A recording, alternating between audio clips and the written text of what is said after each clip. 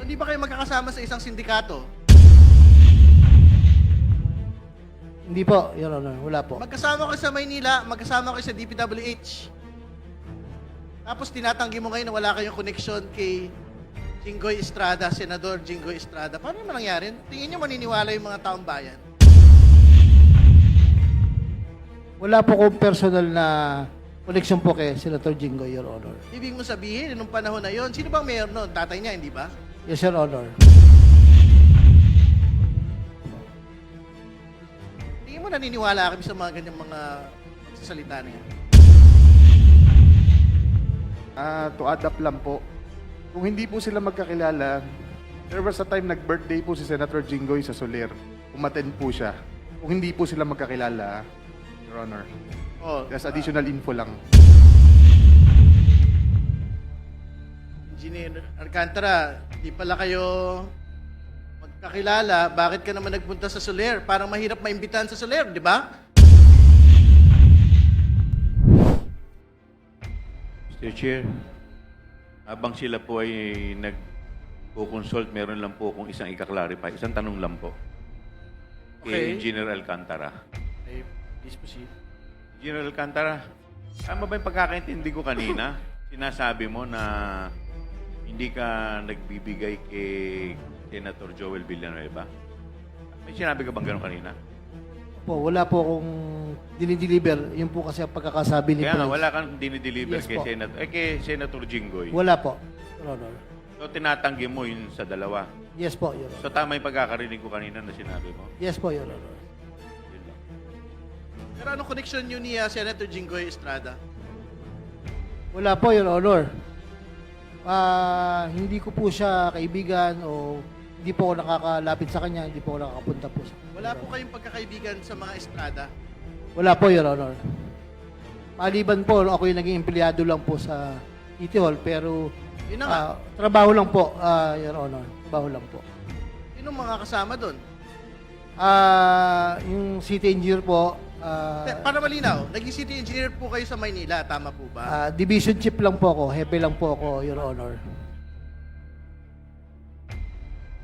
Sino yung city engineer noon? City engineer Roberto Bernardo po. Yan yung undersecretary na binabanggit po ng lahat ng mga tao rito, hindi ba? Yes, Your Honor. So hindi ba kayo magkakasama sa isang sindikato? Hindi po, Your Honor. Wala po. Magkasama kayo sa Maynila, magkasama kayo sa DPWH. Tapos tinatanggi mo ngayon na wala kayong connection kay Jinggoy Estrada, Senador Jinggoy Estrada. Paano naman nangyari? Tingin niyo maniniwala yung mga taong bayan? Wala po kong personal na connection po kay Senator Jinggoy, Your Honor. Ibig mo sabihin, nung panahon na yon, sino bang mayor noon? Tatay niya, hindi ba? Yes, Your Honor. Tingin mo naniniwala kami sa mga ganyang mga magsasalita na yan? Your Honor, kami pong mga division chief po ay wala po kaming direct access kay Mayor Era po nung mga panahon po na yun, Your Honor. Pero ang malinaw, magkasama kayo ni Engineer Bernardo Yes, Your sa Honor. City Hall. Yes, Your Honor. Magkasama rin kayo sa DPWH. Yes, Your Ni Honor. Undersecretary Bernardo, tama po ba? Opo. Maraming salamat. Okay. Yes, Engineer Bryce, please. Before going back to Mr. Diskaya. Thank you, Your Honor. To add up lang po, kung hindi po sila magkakilala, there was a time nag-birthday po si Senator Jinggoy sa Soler. Umattend po siya. Kung hindi po sila magkakilala, Your Honor. Oh, Just additional info lang. Engineer Alcantara, di pala kayo magkakilala. Bakit ka naman nagpunta sa Soler? Parang mahirap maimbitahan sa Soler, di ba? Mr. Chair, I'd like to remind our guest, especially Engineer Alcantara, to answer as honestly as possible all the questions because you're under oath. And you don't want to tempt these members to cite you. Just a reminder. No, it's okay. It's okay. Thank you for the reminder. E.E. Alcantara, please. Your Honor, napunta lang po ako ng birthday. Sinasama lang po ako ng ibang mga hepe po doon po sa City Hall po, Your Honor. Maraming salamat. We can go back to Mr. Diskaya. I think, tapos na po ba kayo mag-confer with the lawyer, Mr. Diskaya? Before giving it to Senator De Lima, I think it's very important to provide the context as to the question. No? Alam po ninyo, Mr. Diskaya, dalawa po yung mahalagang butas sa testimonya kahapon. Una, ang daming mga kongresistang binanggit. Di ba? Pero okay, di, sige. Nakaupo, hindi na nakaupo. Pero nakakapagtaka na malaki kayong kontratista sa panahon ng gobyerno ni President Noynoy Aquino, isa sa pinakamalaking kontratista sa panahon ni Pangulong Duterte, isa sa mga pinakamalaking kontratista, actually pinakamalaking flood control. Pag pinagsama-sama po lahat ng kumpanya ninyo, sa ilalim po ng gobyernong ito, pero walang kahit isang senador sa inyo pong sinumpaang salaysay. Yun po yung una. Pangalawa, sabi po ninyo kahapon, walang ledger kayong hawak sa listahan bago 2022. Wala hong naniniwala siya kasi ang yabang nyo nga ho, as far back as the Aquino administration, andun kayo sa top contractors po. Ibig sabihin, hindi ho maniniwala yung tao na the same modus operandi that you have been doing, that you had stated in that affidavit, is not being implemented in the previous Duterte administration and in the previous Aquino administration. Wala hong maniniwala na ang listahan niyo po ng mga pangalan ay hanggang 2022 lang. So my question to you, and maybe this is the question of Congresswoman De Lima, ano pa po, sino pa ho yung mga pangalan na dapat pong malaman ng bayan? Your Honor, ang ibig ko po sabihin dito, ilan sa kanila ay sina. Kasi po, Your Honor, ang ibig ko sabihin dito, hindi ko naman po lahat literal silang binigyan. For example po, si Kong Ramon Romulo po ng Pasig, hindi ko naman po talaga siya personal na inabot sa kanya yung pera. Kundi, sa tao po ni D. Aris, kaya mapapansin nyo po, ilan sa kanila ay sina. Kasi yung iba po dito, personal ko pong inabot sa kanila o binigay. Pero yung iba naman po dito, mga tao lang po nila ang kumuha. Okay na yun, wag na ho nating guluhin yung tanong. Ang tanong, sino pa yung mga tao na dapat hong pangalanan dito na hindi po pinapangalanan? Wag na tayo magdebate sa grammar ho ng Filipino. Naiintindihan ho namin yung gusto nyo pong puntahan.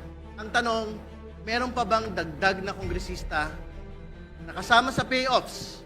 Meron pa bang mga senador na kasama dapat sa mga payoffs po ng Diskaya-linked firms? Your Honor, wala na po. Congresswoman De Lima, please Mr. proceed. Chair, hindi po ako naniniwala. Gusto ko muna pong tanungin, meron ho bang nag-assist sa inyo nung ito ay prinisenta sa Senado? Your Honor, wala po talaga dahil ako po talaga ang nagsulat nito based on my personal knowledge po talaga at experience. At ito ay sinumite nyo sa komite. Yes po, Your Walang Honor. ibang kumausap sa inyo bago ito sinumite. Wala Yung po sa talaga, Blue Ribbon, Your sa Honor. Blue Wala Ribbon po. Committee. Ang pinagtataka ko lang po, kanina nadinig ho natin lahat, you were asking for an executive session. And you said something like, kasi natatakot ako para sa pamilya ko. And perhaps we can check it from the records, from the TSNs, the exact words or the exact sentences na sinabi nyo when you were requesting for executive session. Do not tell me now na yung pag-request nyo ng executive session ay wala lang. Wala kang ibang importanteng sasabihin. Wala kang ibang pangalan ng babanggitin. Why in the first place did you request for executive session? If there's nothing that you would want further to be added in your sinumpaang salaysay. Your Honor, pasensya na po kayo. Hindi ko lang po masyadong naintindihan dahil kinakabahan po ako kanina sa mga tanong po ninyo. Pero ngayon po, medyo nung naggabayan po ako ng abogado ko, ay naintindihan ko po yung yung tanong. Pero klaro, humingi kayo ng executive session. Klaro na sinabi nyo, natatakot ka. Totoo po. Kanino? Kanino ka natatakot?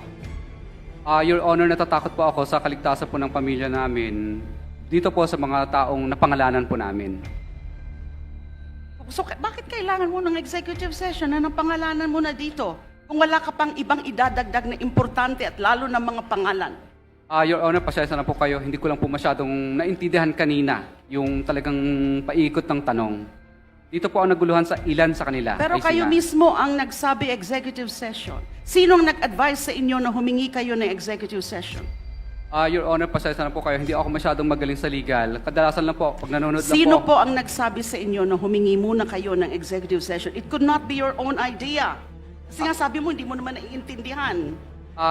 Wala po, Your Honor. Minsan naririnig ko lang po sa ibang mga napapanood ko sa YouTube, yung mga ganong klase ng Naiintindihan mo sagot. kung anong ibig sabihin ng executive session?